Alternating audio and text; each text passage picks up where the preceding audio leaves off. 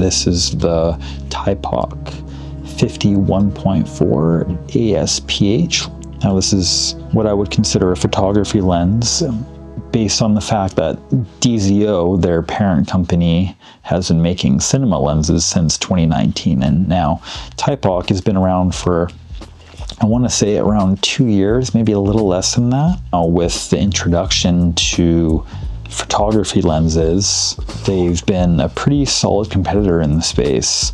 Now this box, when it arrived, it came like this, opened up like here, and included some bags, of course, for the lens. It has a cap for the lens if you're wanting to use it without this square one, as I'll show you here. Just pops on like that. So now one negative that I found with this 51.4 from Thypoch is that the lens hood actually sits a little bit off center from where it should be sitting. And now compared to, say, a Leica lens where it always sits perfectly centered, this can be a little annoying and frustrating for you if you're used to that. It's not a huge deal for me. I just kind of pull it back just a hair, and then this is perfectly there. Now going into the aperture clicks on this, they are not super pronounced like my Voigtlander lens that I have here. Now if you can listen to the aperture clicks on this one, they're much softer, and this is the M-mount 28 VM2 Ultron lens that Voigtlander released, and yeah, you can hear audibly it's a much different sound. It's really smooth though. So now on the side it has an aperture click and clickless adjustment tab here. One of my favorite things about this lens are these dots that indicate which aperture you're on, and they kind of just go up and down as you change the aperture there.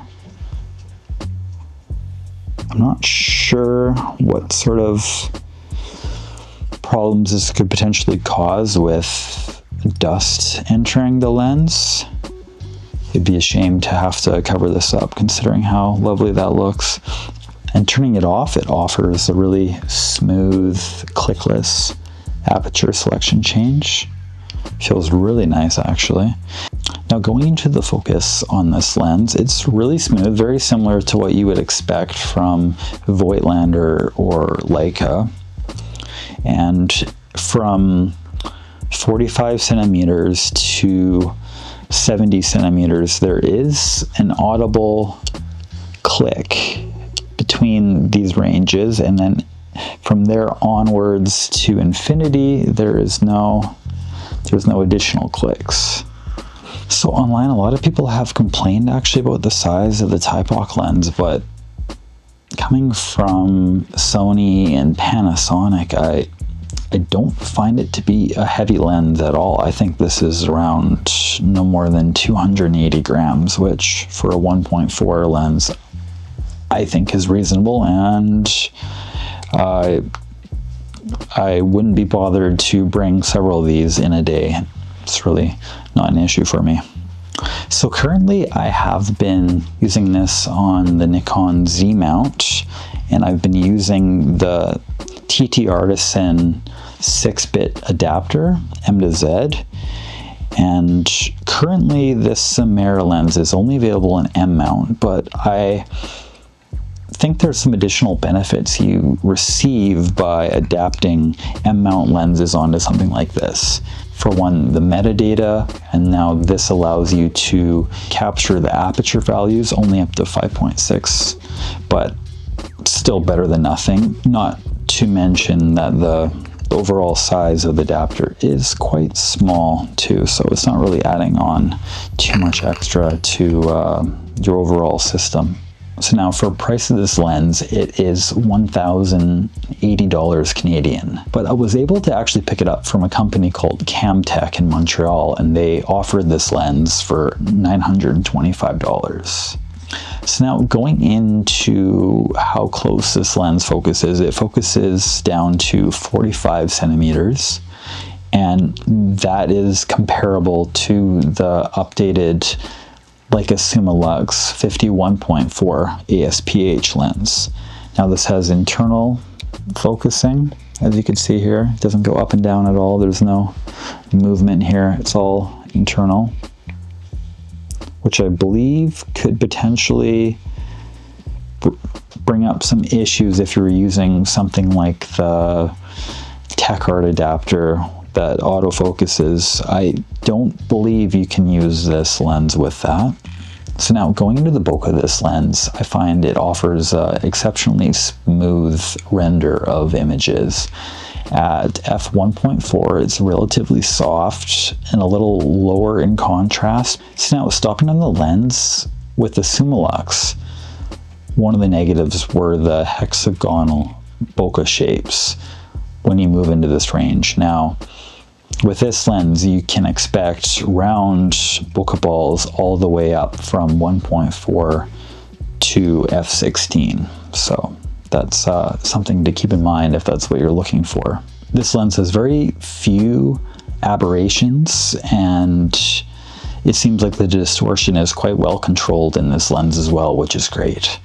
In terms of subject separations, I feel like this lens does exceptionally well. It has great micro contrast and 3D pop, and I feel like it has a good amount of character like you would expect in a Leica Summilux lens.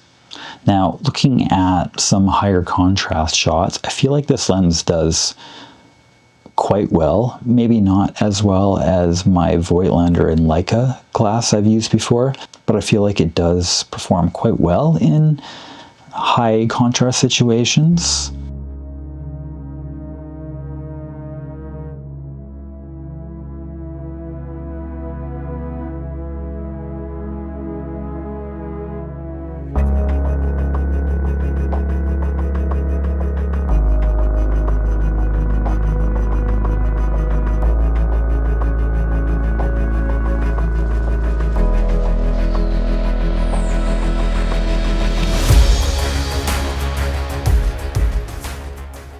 So now, comparing with the other 50 1.4s on the market, or other 50 millimeters in general, I feel like this has got to be one of the best for the price. Image rendered, I feel, punches quite above its price tag, even though it's not a cheap lens, but the build quality and what you get in return makes up for the price. So now you have other competitors in the market like Light Lens Lab that also is quite highly regarded in the market. So you have your options, but I think for a modern character lens, this is probably the best.